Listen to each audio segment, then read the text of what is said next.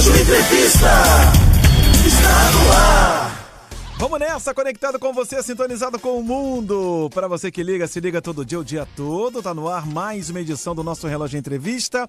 E hoje vamos falar sobre aos nossos corações, né?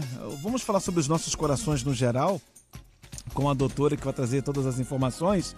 Vai explicar para a gente aqui, né, como devemos fazer os exames. Bom, lembrando só mais uma vez, né, que a gente destacou aqui durante a programação, falando sobre essa entrevista, e a gente dá um playzinho aqui agora. Os casos de infarto estão crescendo entre jovens e mulheres, né? Os jovens, principalmente, e mulheres. Grupos que antes eram considerados de baixo risco. Dados mostram um aumento de 10% nos infartos entre pessoas de 18 a 39 anos na última década.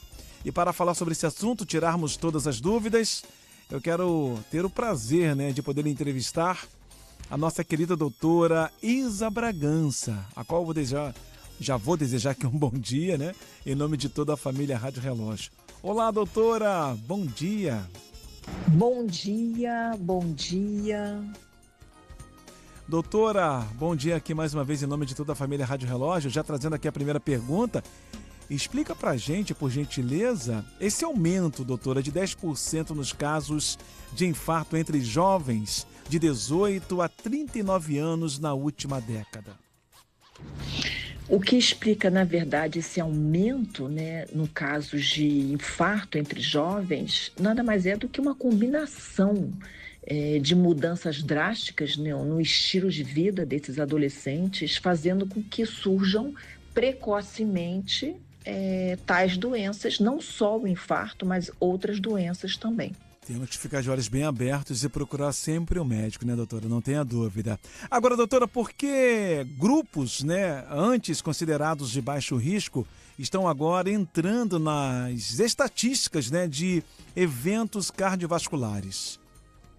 Esses grupos que, na verdade, antes eram considerados grupos de baixo risco, hoje nós estamos falando de jovens que possuem um estilo de vida diferente, né? Eles são jovens consumidores de cigarro eletrônico, consumidores de álcool, consumidores de energéticos, consumidores de anabolizantes, consumidores de estimulantes, e são jovens, né, com estresse, noites mal dormidas, alimentação não adequada, e tudo isso acaba contribuindo para essa estatística. É bom que os pais fiquem de olhos, né, sempre dando um alerta aí para essa turma. Doutor, agora, por que as mulheres têm 50% mais chances, né, de receber um diagnóstico inicial incorreto após o infarto? Então, isso acontece por quê? Porque a dor do homem é uma dor muito clássica, é uma dor muito típica que a gente fala, é uma dor centralizada, é uma dor no peito, uma dor precordial, que é diferente da mulher. 50% mais ou menos a 60% das mulheres não possuem essa dor clássica, elas possuem uma dor atípica, sintomas atípicos que podem ser confundidos com crises de ansiedade, dores musculares, e isso acaba dobrando o perigo entre as mulheres, né? E isso também é importante a gente falar, que as mulheres possuem esses sintomas diferentes do infarto, porque quando elas têm um infarto, acaba afetando vasos menores, né? Que são doenças microvasculares, em pequenos vasos. Já os homens, é muito mais comum, quando existe um entupimento, que é o infarto, acaba afetando grandes artérias. Por isso que a dor do homem acaba sendo uma dor maior, né? Então, a mulherada tem que ficar ligada em relação a isso. Qualquer dor, sendo típica ou atípica, ela tem que ser valorizada. É isso aí, doutora. Boa resposta. Só lembrando aos nossos ouvintes que nós estamos falando aqui sobre os casos de infarto, né, que estão crescendo cada vez mais entre jovens e mulheres. Grupos que antes eram considerados de baixo risco, né, gente? Agora, dados mostram um aumento de 10% nos infartos entre pessoas de 18 a 39 anos na última década. Doutor, uma outra dúvida é a seguinte: quais são esses sintomas atípicos do infarto feminino? Eu sei que a senhora já deu um spoiler aqui pra gente, né, sobre as mulheres, né, que tem 50% mais chances, né, de poder receber um diagnóstico inicial incorreto após o infarto. Mas quais são esses sintomas atípicos no infarto feminino? Esses sintomas atípicos que a gente fala que a mulher pode ter seria um cansaço extremo. Uhum. As pacientes também podem relatar náuseas, enjoo, uma dor na mandíbula que ela pode ou não irradiar para os membros superiores. Uma dor nas costas também, aqui na base do pulmão, também ela pode relatar. Quer dizer, são dores que elas podem ou não estar relacionadas com o infarto, com a doença coronariana. Por isso que qualquer dor tem que ser valorizada. E diante desses novos fatores de risco, doutor, o check-up cardiológico, ele deveria começar com quantos anos exatamente? Então, devido a esse aumento de casos de infarto em jovens, a recomendação de nós, especialistas, acabou mudando, né? Então, de regra geral, o primeiro check-up cardiológico deve ser feito aos 20 anos de idade. A partir de 20 anos de idade, você já começa a fazer os seus exames, acompanhamento clínico, né, cardiológico, para você poder acompanhar bem essa pessoa, né, esse indivíduo a partir dos 20 anos de idade. Se essa pessoa tiver algum histórico familiar, pai ou mãe, com alguma doença cardíaca, história de morte súbita, alguma coisa assim, esse check-up ele deve ser antecipado para a adolescência. Tá? Então, assim, qualquer indivíduo que tem história familiar de doença coronariana, de infarto, de qualquer outra doença, já é bom procurar um médico para que possa ser orientado qual deve ser a idade ideal para começar a fazer seus exames, né?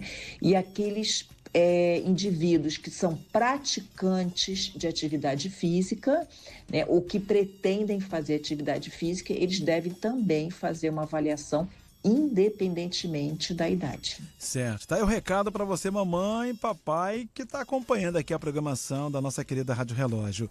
Doutora, finalizando, quais os exames básicos, né? Quais são os exames básicos um jovem adulto deveria fazer para avaliar, então, a saúde do coração? Eu sei que a senhora deu um spoiler pra gente, né?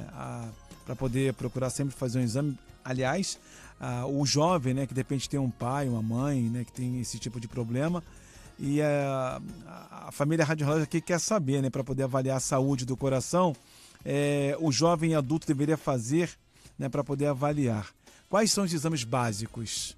Os exames que a gente pode solicitar para esses pacientes, primeiramente, é uma avaliação cardiológica, né, uma avaliação clínica, você examinando o paciente, uma boa anamnese, uma boa história clínica do paciente. Isso ajuda muito para você poder entender a história do pai, da mãe, dos irmãos desse indivíduo, né, para ver a incidência de doença coronariana nessa família. É feito também exames de sangue, né, o exame laboratorial, para você ver o perfil metabólico desse paciente. Você pode realizar o eletrocardiograma, né, que você consegue ver através dele toda a atividade elétrica desse paciente, para ver se tem algum infarto antigo, para ver se esse paciente tem arritmia. Além disso, o ecocardiograma, né, que é uma ultrassonografia do coração, que vai mostrar o funcionamento desse coração. O teste ergométrico, que é um exame também tranquilo, você consegue estudar o paciente no repouso, no esforço, ver como é que está a pressão, a parte elétrica, a parte de frequência cardíaca desse paciente. E são esses os exames básicos, né, que você consegue iniciar e rastrear esse paciente. Aí, a partir daí, você vai acompanhando e vendo a necessidade ou não de solicitar outros exames. Certo, sempre é bom, né, ter o acompanhamento médico aí. Para você que está acompanhando a nossa programação, foi dado o recado. Doutora, finalizando, quais são as suas considerações finais? Aliás, fica à vontade, né, para dar um playzinho aqui nas considerações finais para os nossos ouvintes. Em relação aos jovens, eu acho que a gente precisa fazer com que eles entendam que essa mudança drástica que eles causaram na vida deles, que isso tem que ser mudado, porque eles estão criando um ambiente de alta toxicidade no seu próprio organismo, e esse ambiente de toxicidade a qualquer momento pode levar a um colapso súbito por conta da inflamação das artérias. Mesmo naqueles jovens que você olha para eles e acha que eles estão saudáveis, mas a qualquer momento pode levar a um colapso súbito, tá? Já em relação às mulheres, a minha maior preocupação e a minha maior consideração é em relação a esse atraso do diagnóstico, né? Porque a gente não pode aceitar que esses sintomas atípicos que as mulheres têm, que sejam rotulados como ansiedade ou algum problema hormonal, né? Então, todo sintoma, toda clínica de uma mulher, ela tem que ser investigada, tem que investigar com observação na parte cardíaca, né? E o recado final que eu deixo é o seguinte, que o coração, gente, ele não avisa quando ele vai parar, mas ele dá sinais silenciosos, né? Então, a gente não pode esperar que a dor seja insuportável. Então, lembrando de uma coisa, cuidar do nosso coração hoje é garantir que ele continue batendo forte amanhã. É isso. Então tá certo, doutora. Mais uma vez aí, muito obrigado pela participação. Gente, eu conversei, tá, com a doutora Isa Bragança. Falamos aqui, né, com a nossa querida cardiologista, a doutora Isa Bragança, sobre o crescimento do infarto entre jovens e mulheres. Mais uma vez aí, muito obrigado, tá, doutora, pela participação da senhora. Espero poder falar com a senhora novamente. Se alguém ficou interessado ou interessada que é o vídeo novo ouviu só uma parte, essa entrevista ficará disponível logo em nossas plataformas digitais. Essa edição fechou, meu povo.